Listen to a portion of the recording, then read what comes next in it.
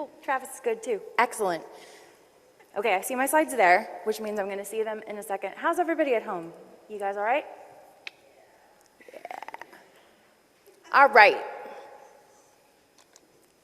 Americans, you know what I'm saying? We're constantly changing everything. What I would say, one of the most important lessons learned while we were trying to set up sea change in the United States is that even though we're speaking very similar common language, we're not actually speaking similar common language. Sarah and I can attest to the fact that it was actually quite difficult to get our agreement settled between the two of us because we weren't speaking the common language even though we were talking about the same thing. So, diversity intervention scheme means something very different in the UK versus the United States. Scheme is not good in the United States, so we do not say that word. What we're actually doing, which is what you're actually doing, is setting up systemic transformation initiatives for our institutions of higher education. I'm more interested in the Q&A section of this, so I might speed through this, or if I'm lagging on because I like to talk, please tell me to stop. So why set this up? Travis should have come with a spoiler alert because he used a lot of the same slides I did, and I didn't know he was going to. But we've already seen this from his talk. We've got a problem, just like everywhere else, it seems. We do not have a good representation of the census. What the United States looks like does not look like what our science and technology and engineering workforce looks like. And we can also see, which again, as he was saying, you can't really see the cool kind of intersectional, but you can see it over here. I love this graphic. We frequently talk about over and under representation of intersectional groups, and it's hard to visualize what that means. But here, if you can look at the kind of intersecting lines when you're comparing the census data and the science and technology and engineering workforce, there's a huge amount of under and over representation. So things are not equitable. Travis also used this. I wasn't expecting him to do that too. It's cool. I enjoy working for him. It's true.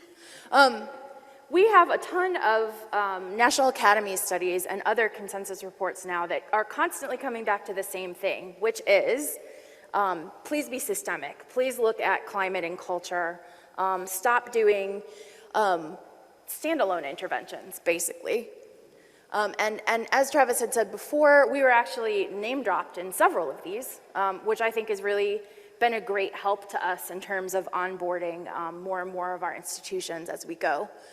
This is one of my favorite graphics, infographics, and it's actually from 1991. So the director of Sea Change is Dr. Shirley Malcolm. If you are not aware of Dr. Shirley Malcolm, you should look her up online.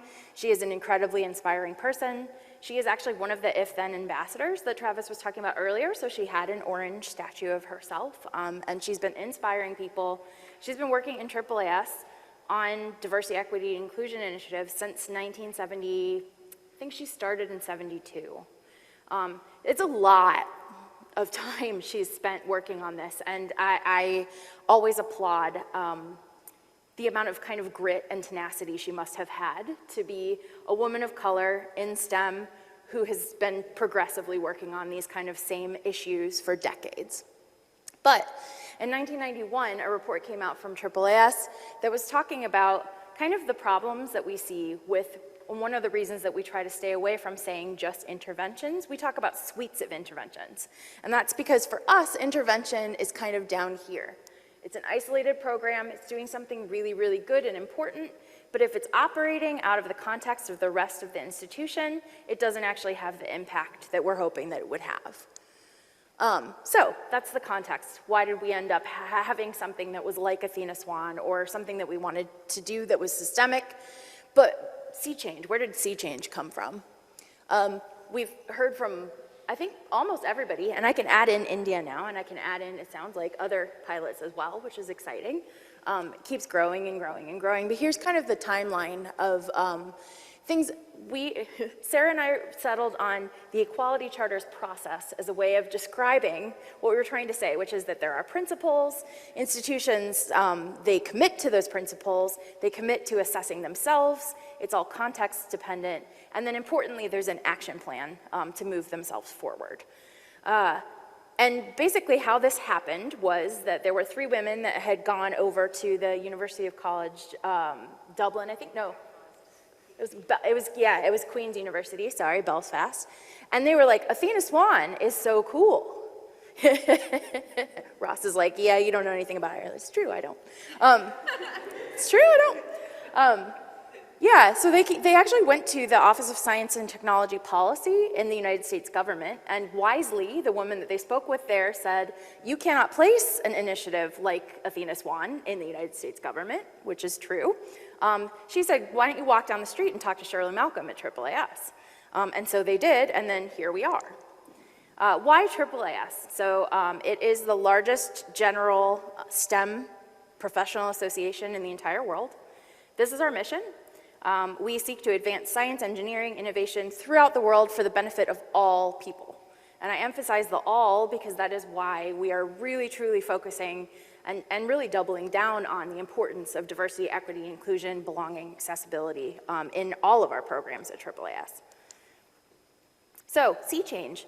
Why was the Equality Charter's process so, it really engaged Shirley in a way that she hadn't been engaged in many, many years.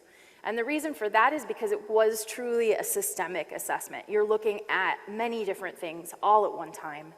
There was demonstrated impact, that there is actually something happening within gender equity in higher education in the UK. It was appealing because it was a suite of interventions and it was an action plan. So it's actually doing something. And very importantly to our country as well as our institutions, it allowed the institutions to tailor to their unique context. So that leads us into kind of how did we end up adapting the process for the United States. One thing that we've had to really focus heavily on that I don't think our other international partners have had to focus on quite as much is the consideration of our legal parameters. The way that we make laws in the United States is through lawsuits and through our court and judicial system. Which means that there are a lot of different kind of things that you need to be attentive to in terms of the law when you're developing these types of programs. We also knew we had to focus on intersectionality.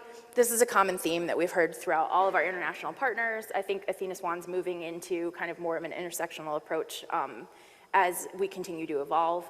But there's just no way that you can't look at race, ethnicity, and gender and how they intersect in the United States. Sea change is set up to be inclusive of actually anything that leads to marginalization in STEM. The reason that we focus so much on gender, race, and ethnicity is because we did a survey of our institutions of higher education in 2016 and said, what kind of evidence do you collect? Like, how do you know what's going on within your communities, within your schools? The only thing that was consistently collected across all of them was binary gender, race, and ethnicity. And even that was a bit iffy in terms of what was going on within faculty. So while we're very committed to accessibility, LGBTQ, first-generation college students, any number of things that have led to barriers in STEM, that is up to the institutions to kind of explore on their own right now and see what they have the capacity of assessing. And for things like accessibility, also for them to contemplate, do we even need to collect data about who's on our campus? Isn't it really just better to do universal design so that everyone feels like they belong and they're all getting the same STEM experience that everyone should have? Something else that's like slightly different is that, oh, thank you for that. We have 3 pillars, as we call them, to sea change. So we do have the awards. We ended up using bronze, silver, gold, same level of system as Athena Swan and SAGE, because we also wanted internationally, if you say, I'm a bronze sea change awardee, and you go over to the UK, and somebody says, I'm a bronze Athena Swan awardee, we like the fact that everybody knows what one another's talking about, right? We also have the community aspect, which is a community of practice, which is something that all of us really have. And we also have a formalized kind of training, development, the individual and institutional capacity building arm through our institute. And we're currently, and I just missed the first class that we had on Monday, but it's, the course is data-driven decision making, and it's basically how do you ethically collect data and then use it tell the story that you need to tell without actually telling the story. You let people see the information that you have and interpret it the way that it's meant to be interpreted. It's very hard to argue when you see something that's deeply inequitable in the data. And that's something we've found when we're talking to regents, board of directors. They respond fairly well to that. This is the way that we describe our processes now. Something that's slightly different between, I think, Athena Swan. I know SAGE, I believe, they all committed to putting their action plans and their applications online regardless of award status. I don't know if they still do that. That is not something we could do in the United States. So we have had to be very careful about what is internal and what kind of discussions are you having in terms of protecting personally identifiable information versus what is submitted to us for our peer review.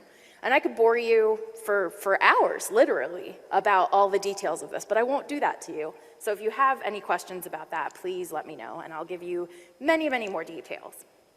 I'll close up with kind of some of the challenges and then some of the ways that we're thinking of surmounting those challenges. What we're calling constrained environments. So we're seeing a lot of kind of legal, I don't even know the best way to say this, but there are constraints that are coming out, especially state level constraints legally in the United States about what you can and can't do when it comes to race, ethnicity, gender, or anything else that's considered related to affirmative action. So all of our context needs to be law attentive. So that includes looking at state, federal laws about EDI, restrictions on what can be shared and how it can be shared. Like Travis was mentioning, there's no student level record of kind of what's going on with that. So we can't look at individuals' journeys. So, you know, when we were first telling Sarah this, she said, oh my God, I don't know how you're going to be able to do this in the United States. But with a lot of talking and co-creating, we've, I think, come up with a good way of guiding institutions to do this work on their own and then share their progress. This is a new program, it's a new process, it's new ideas, it's new language to a lot of these institutions.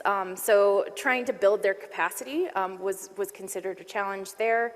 And then we've already had a discussion of the number of institutions in the United States.